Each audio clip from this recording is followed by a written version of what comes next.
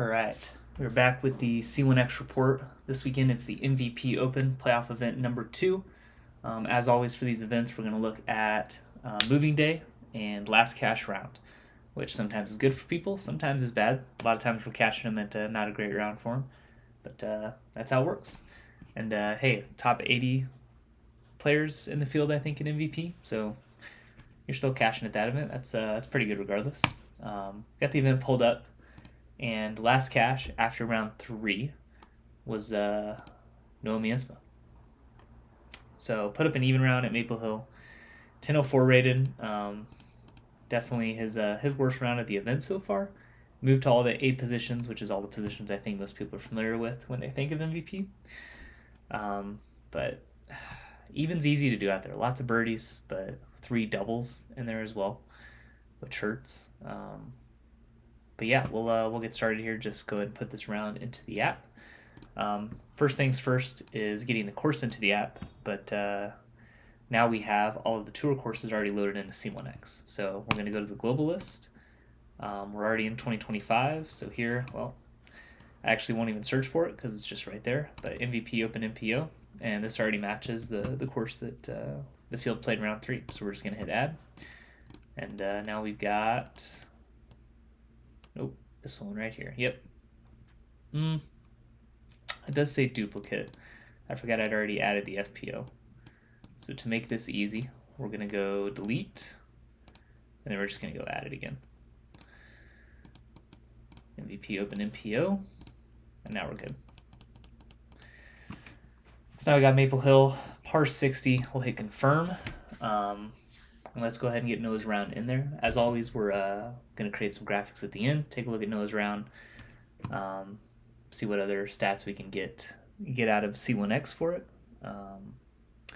And then filming this on Sunday, September 28th, C1x launches tomorrow on iOS and Android. So this is what the app's going to look like. I've already got one brief update planned, pretty quick. That's just going to implement a couple minor fixes that really no one should experience. And the app, definitely no crashes, but we'll get that pushed out, and then we're just going to kind of wait and see what people think about the app, see which direction I should take it next. But still planning on continuing these C1x Report videos through the end of the season. If people like them, then maybe we'll keep it going next year. But anyways, we'll jump into the round now. Let's check and make sure that I am still... Oh, no, we did have a freeze here. I'll have to keep an eye on that. All right. So hole 1, drive into the fairway, upshot into circle 2, missed a circle 2 putt for birdie, but did have a tap in par. It was probably just a layup at that point. Might have been giving it a run. Hole 2, drive to 32 feet. Nice birdie putt there to get the round going.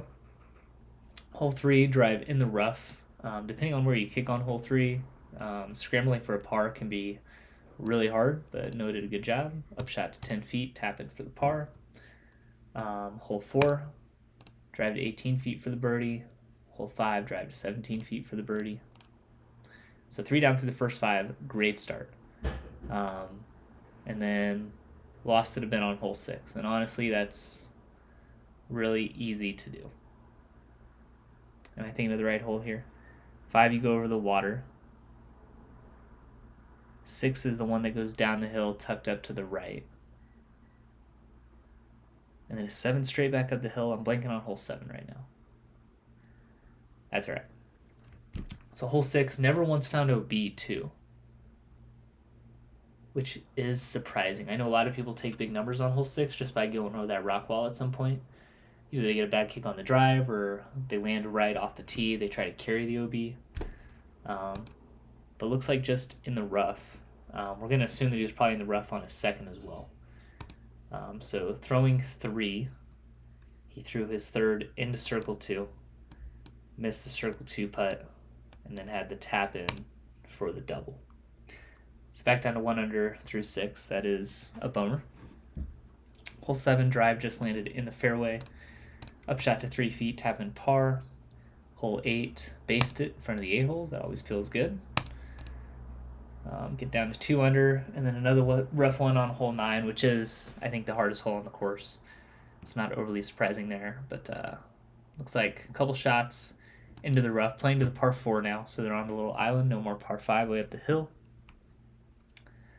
But did take the double, so we'll assume throwing 3 got into the fairway. Just kind of guessing there, but not something you can see on the PDGA live output. Then got into circle 2, missed the circle 2 bid, and had the 8-footer for the double. Yeah, so that's back to even par. Great bounce backs though. Tee shot on 10 to 15 feet for the birdie. Hole 11, driving the fairway, up shot to 27 feet, made the putt for the birdie. Hole 12 did hit the fairway off the tee. And then it looks like just struggled on the putting green. So I think second shot into circle 2, missed the birdie putt, and then missed the comebacker for the par. So then had to tap in bogey with a 3-putt, which never helps things. Drive in the rough off the tee on hole 13. But up shot to 9 feet for the par. Hole 14, some more good bounce backs here. Drive to 30 feet in for the birdie. Hole 15, drive to 21 feet in for the birdie. Hole 16, rough off the tee. And then did not scramble. Looks like maybe just into the fairway. Up shot to 13 feet in for the bogey. And then hole 17, yeah, 17 is also a bruiser. Rough off the tee, we'll assume rough again. So throwing 3, we'll say he found the fairway. Throwing 4, he got into circle 2. Missed the circle 2 bid, but landed at 13 feet for the double. And then 18, 2-putted on, man. Because I think you have to make the island on 18 to be in circle 1, which is a bummer. Drive into the fairway. Looks like he threw his second into C1, missed the C1 putt though, and had to tap in par. Pretty colorful scorecard. Not a lot of pars, only 5. Let's hit finish round, and then we'll take a look at this. Take a look at Noah's round 3. 44% birdie rate, which at Maple Hill is, I'd say, generally enough to get it done. You just have to avoid the doubles, and those are also really easy to find out there. Not terrible putting. 82% C1x. Inside C1 in regulation, 50% off the tee. Really just kind of seemed like a case of blow-up holes. Just the 3 doubles. Probably 9 and 17, certainly the 2 hardest. Hole 6 might have played as the 3rd hardest. I doubt it. It probably wasn't the 3rd hardest, but definitely not an easy one. Definitely one you can find some trouble on. And those are definitely holes that you have to execute the tee shot to not just immediately be scrambling for a bogey. Wrong grade, still MPO minus. Still not a terrible round, over 1,000 rated. Really good start to the round, 3 under through 5, but the double bogey just kind of snuck in there at the end, and then 3 over through the last 3 is definitely a bummer. Yeah, putting stats we looked at, 9 for 11. Again, not terrible. That 3-putt on hole 12 really hurts. Had a look for the birdie from C2. May not have been a good look, but a look nonetheless. And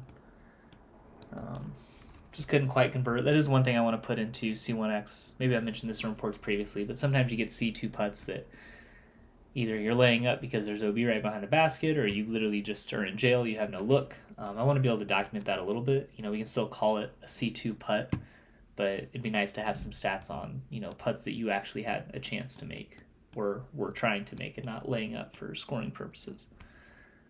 Only 1 park job, but inside C1 in regulation on half the holes, which is great. Lots of throws, definitely a throwing course. Putting distances pretty evenly spread. A lot of tap-ins, which can be a great thing if you're parking a lot of holes, but otherwise probably means you're missing a lot of opportunities. Scramble rate, 33%. Bounce back rate wasn't terrible. Really good birdie conversion rates. I would say C1 could be a little bit higher, but Still almost 3/4 of the time from C2. Definitely converting on the birdie opportunities, but just some rough tee shots that just immediately take birdie out of play. Putting comebacks 83%. Obviously, there was the 1-3 putt. No OB penalties. There's definitely OB to find on Maple Hill, so not going OB is pretty good, but there's a lot of natural OB that's not going to show up here, which Noah certainly found. Pretty even front nine, back nine. Not a ton of putts in a row. I feel like it was just one of those rounds that's really easy to have at Maple Hill. He did a really good job of finding birdies, but there's just those few holes that are in everyone's mind when you get up to them and you know that it could be a really cool birdie, but you also could just destroy your round on them. And kind of seems like Noah found all of them. Hole 6, rock wall right. Hole 9, brutal par 4. Hole 17, now also a brutal par 4. Yeah, they're just they're round enders. You take those holes out, Noah gets a par on them. All of a sudden, this becomes a really good round. But those are the holes you got to get through, and it's really just a matter of whether or not you can get through them or not. He did a good job of finding the birdies where he needed to, but those holes kind of tanked it. So we'll do our usual here, grab the screenshot, and then let's go put these graphics together. So we've got round 3. It was even par, which was a 60. Rating wise, it was 1004. So we'll throw these in. All right. And then let's drag this back over slightly so I can get that screenshot in. Upload files. Let's grab that. Drop Noah's round into the graphic, and then stats that we're going to show. I'm going to show C1 in regulation, just because I do think that was a highlight. Something getting inside C1 in regulation on half the holes at Maple Hill, especially on the layout that they're playing for the Pro Tour, with hole 9, hole 17 playing the way that they are, is I think is pretty impressive. Definitely got plenty of birdie looks on Maple Hill. You convert on all those, you don't take a bogey. That's a 9 under. That's an incredible round. So 50% C1 in regulation, I'd say, is really solid. We'll keep the C1X putting at 82%. Definitely not the biggest story, but always a part of it. Missing those C1 opportunities. None of his doubles, interestingly enough, though, were from 2 putts inside C1. He did make his C1 putts on those looks. A lot of them were tap-ins, but I think scramble at 33% is going to be probably my last stat up here. That was definitely the issue, not scrambling, getting those double bogeys in the round. I think that is probably the most telling stat in C1X currently, to describe what happened there. Double bogeys happen fast. But yeah, so this is going to go up on the C1X Instagram. Let's throw up the thumbnail here. We got Noah Meintsma. Rating, we'll think about that one. Round grade was a 7.98, so still a really good round. Better than the last moving day round that we covered. Not a buy rating. He had such a solid start, but I haven't given a sell rating in a while, and I think I'm going to do it on this one. It's not that I don't believe that Noah's a good disc golfer, because I know that he certainly is. I think he's actually played in a couple tournaments with me out here in Utah and beat me in all of them, so I know that he's a good disc golfer. But really, I'm looking at the round that they had, the momentum that I think they have going into the final round, and I think solely the element of Noah being 3 over on the last 3 holes and blowing up on every big blow-up hole that Maple Hill has to offer. Obviously, I'm sure people have found ways to double bogey every other hole on this list, but 9 and 17 are the obvious ones, and even on coverage, we've seen people blow up on hole 6 with that OB tight to the right. Lots of people carrying OB. Just the mentality of finishing the round slow putting up an even par round, which is your worst round of the tournament so far for Noah, and just having to go into that final round knowing that I just blew up on every hole that I could have on that last round, and I get to step up onto those tee pads again, and all of them are brutally hard tee shots. Just with the thought of what you did in the last round. Obviously, Noah's a professional disc golfer, so he's going to do his best to clear his mind of those through the shots, but that's tough to do. Much easier said than done. So I'm going to give him the sell rating. I'm still rooting for Noah to put something together today, and hopefully stay well above that cash line, but that's hard to do. So I'm going to throw him the sell rating, but still wish him the best of luck, and sorry that it's kind of the nature of these videos. We had to cover his worst round of the tournament for the moving day round 3. But making the top 80 field, getting to play the MVP Open is a dream for pretty much every other disc golfer. So bummer, but also congrats. That'll wrap it up for the C1x Report video for this week. This will be the thumbnail for the video on YouTube. This is going to go up on the C1x Instagram. And yeah, that was Noah's third round at the MVP Open. C1x launch is tomorrow. It's pretty exciting. Going to be available on iOS and Android. 100% free to download and use. Be doing some launch giveaways. So if anybody happens to watch this and you're interested in those, you can go check out the C1x Instagram or the C1x website. There will be links to that stuff there. And yeah, we'll call it there for today. So as always, thanks for watching, and we'll see you at the next one, which should be USDGC, I think, which would be cool. So we'll see you use it USDGC and C1x launch tomorrow. I'll stop talking now. See ya.